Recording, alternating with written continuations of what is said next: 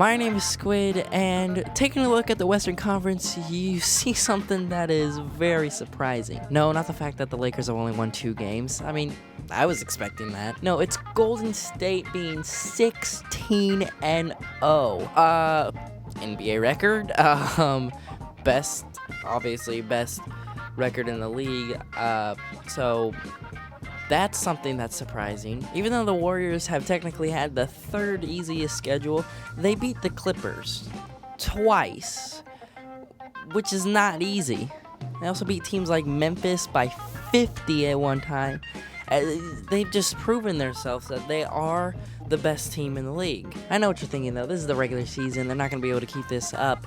The real question is, can they win 16 games in the playoffs? Well, while we'll have to wait till June to see that, right now we're going to talk about the 5 teams that could beat Golden State in the playoffs.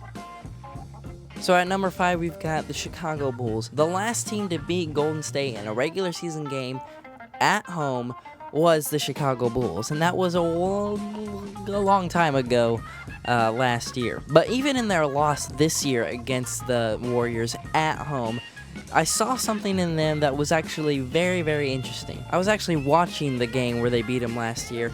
It was an overtime thriller, and it was just awesome to see Derrick Rose hit that game-winning shot. But the key element the Bulls have when they face the Warriors is they never panic. It's interesting because it seems like they're not intimidated. They're not scared to go into the post, even though they know Draymond Green is a great defender, Defensive Player of the Year candidate. They're not afraid to let guys like Klay Thompson and Harrison Barnes and even Steph Curry shoot a ton of threes because they're great three-point shooters. They're not afraid to drive inside and get calls on their smaller lineup. So the point is they don't show fear, they don't show panic against the Warriors.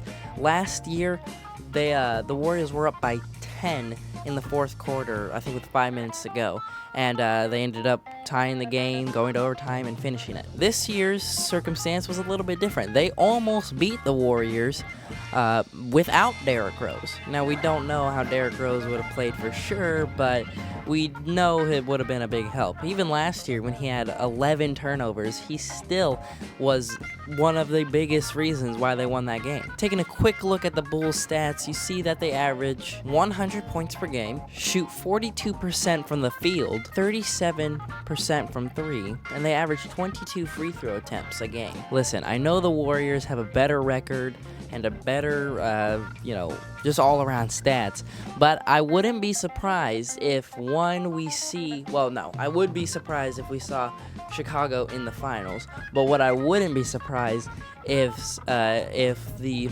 Bulls win in 7 or 6 against the Warriors in the finals.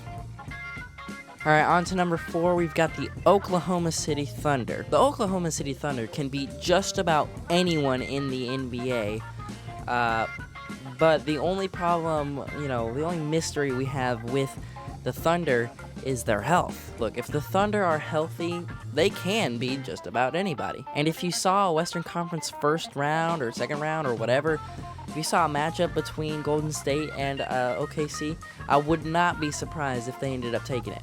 Top 2 reasons why, probably because they have Kevin Durant and Russell Westbrook.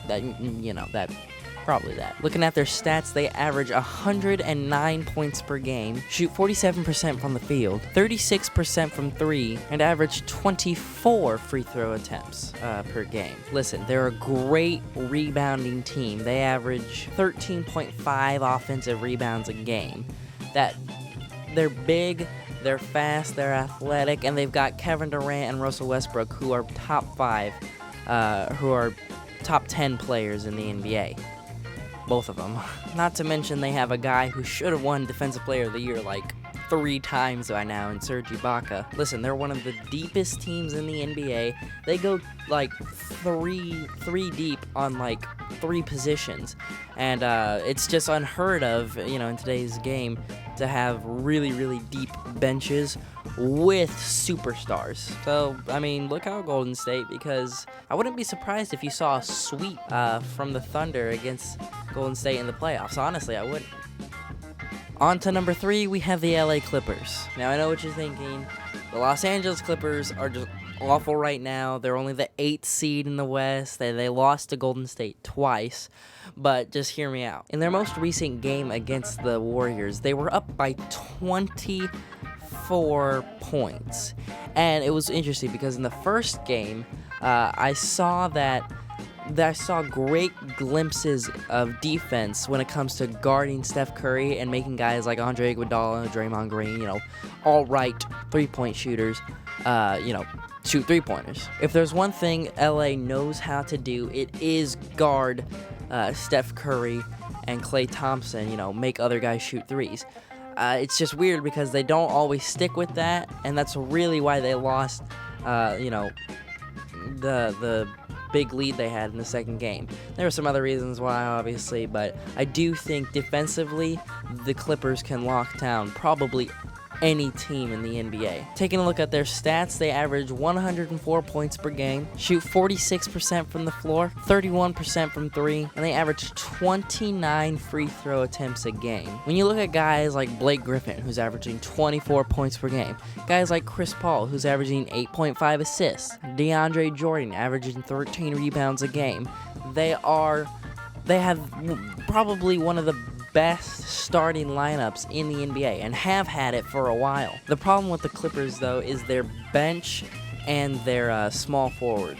We've seen good games from Lance Stevenson and Paul Pierce, but we haven't seen a consistency which is absolutely needed on this team. Same with their bench. We've seen good games from Austin Rivers. We've seen good games from Josh Smith. We've seen good games from Wesley Johnson and all those guys, but we haven't seen a consistency. That's what we need to see from the Clippers bench and their small forwards, and we'll be fine. But honestly, any team that can get a 20-point lead on the Warriors should be able to beat them in a 7-game series. I would love to see a 1-8 matchup and Clippers, have an upset, because honestly, I wouldn't be surprised if that happened.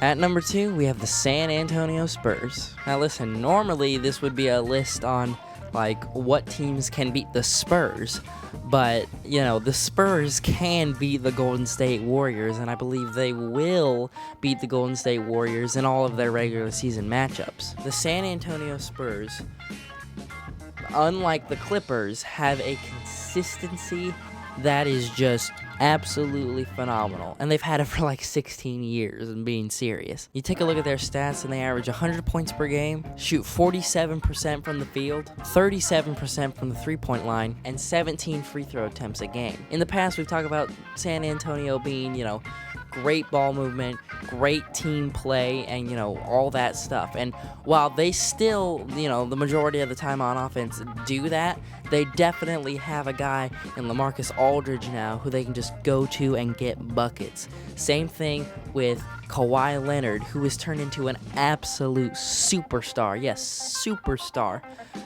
in the Western Conference, in the NBA. Probably the best two-way player in the game.